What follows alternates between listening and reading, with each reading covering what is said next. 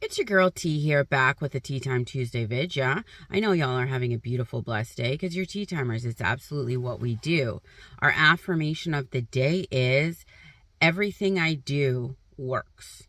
Everything I do works. I got this off of High Frequency Guru's channel, and I've said this in the past, but it just reminded me that everything we do works. We are tea timers, so we're master manifestors. So everything we do works in our favor. It reminds me of everything in my life is perfect, or everything works out best case scenario.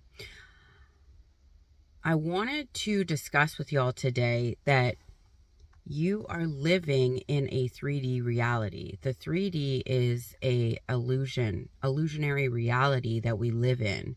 The real reality is up here. I've told you guys that since day one. Our imagination creates, and our 3D is an aftermath of what we've been creating. So when you're going through the motions of creating your new reality, this is the crux of everybody who comes to me. This is the main thing that people struggle with is, I am doing everything, but the 3D is showing me this said circumstance. What do I do? And we watch more videos. We ask more questions about the circumstance. We live more in the circumstance. We try and affirm over the circumstance. We try and fight the circumstance. We try and do everything to negate the circumstance. But what are we doing? We are putting all of our energy onto the circumstance.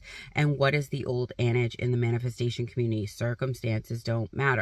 The reason being, if you were to look at that circumstance and one, assume that it just means you're getting your manifestation, if that's too hard for you, or two, go into a new reality where circumstances don't exist. Oh, that popped up. I don't like it. I don't pick that. Like, you're scrolling on your phone, you see a TikTok video or a YouTube video you don't like. It's not for me. Take it off my page. I pick the reality where circumstances don't exist. I pick the reality, let's say we're manifesting money, where I'm a millionaire. So this bill, this debt, this whatever that used to cause me strife doesn't apply to me anymore because I'm in the reality where I am already rich. Or if you look at that circumstance and you just decide, I create my own reality, so this is amazing. This bill is amazing. I have all the money in the world, so it will get paid for. It's the faith element that I think is tripping people up. You can't physically see what the outcome of your perceived circumstance is going to be. So instead of trusting internally and going internally and knowing that you will still get what you want no matter what you see, no matter what tripped you up yesterday, you're in a new reality now where that circumstance doesn't matter and it's getting flushed out, we spiral, or we spin, or we start saying it doesn't work, or we start saying that everything is messed up now because we don't see instant physical results in our 3D reality of what we've been looking to in here. We are reselecting realities. We are reselecting new experiences. We are reselecting new things for us to see in our reality. And yes, it might take a minute or two for it to show physically in our reality, but everything's instant up here because we see it. And once we see it, it's going to happen. And once you focus on it a few times, it's going to happen. It's the faith that is the part that people are getting locked up in. You must have faith that you are a powerful creator, that you have things coming for you because you create in a powerful way. You are the only cause of your reality. I was reading the Bible yesterday and it reminded me of a verse in the Bible. It's Matthew 9 and I think it's 20. And the lady, I don't know if y'all are familiar with this, the lady had had her period for 12 years. But she was so convinced that she would, when she saw Jesus and she touched his cloak, that it would heal her.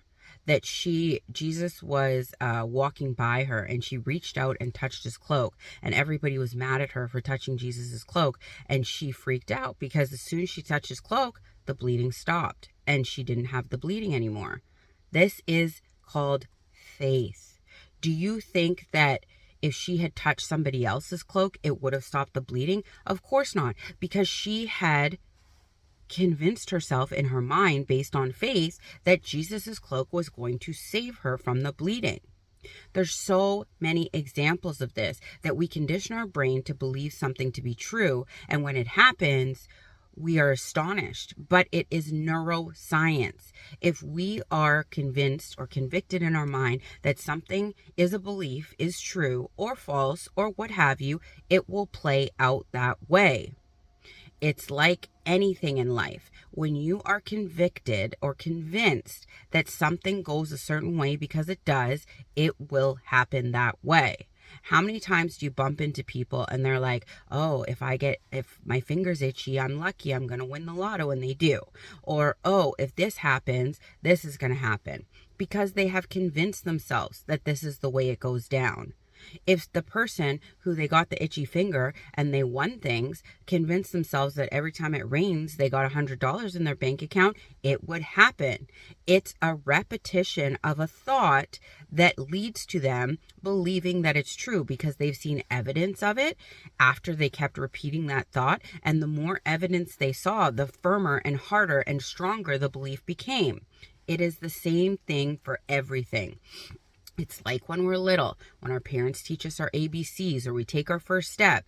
The more we walk, the more we know our ABCs, the more we do things repetitively, the more we believe that we're capable of doing it. Does a baby get up from their sitting position and start running right away? Or do they take their first step, take a second step, and then gradually start running? Majority of the time, and don't hit me with some babies start off running. Of course, there's exceptions to every rule, but I'm just saying we build ourselves up into the belief of what we can do being possible. So when you are seeing these circumstances in your reality, treat them like a friend you don't speak to anymore. I used to kick it with you, but I no longer associate myself with this thought. I no longer believe this. I am the creator of my own reality, and this is something that doesn't faze me anymore, that doesn't work for me anymore. Another thing I wanted to discuss is when you stay in the present moment. I don't think enough coaches talk about this. When you are staying in the present moment and not the past or the predicted future, you have such clarity. Like me doing this video right now, when I am engaged with this video with you and I'm not thinking about something that happened yesterday, and I'm not worried about something that could happen in the future or tizzing about a circumstance that came up that could recreate in the future. When I'm just staying here with you doing this video, being comfortable in the knowing that I've put my affirmations out there, I've selected the reality that I want to see happen, and just letting it ride out and proceeding on with my day. And every time I think of something that I want to manifest, I just affirm for it, like wealth. My wealth increases daily, or health. I get healthier and healthier every single day, or manifestation. I am everything. I am that I am. Therefore, everything that I declare has to come true, or whatever you want to say on those said topics.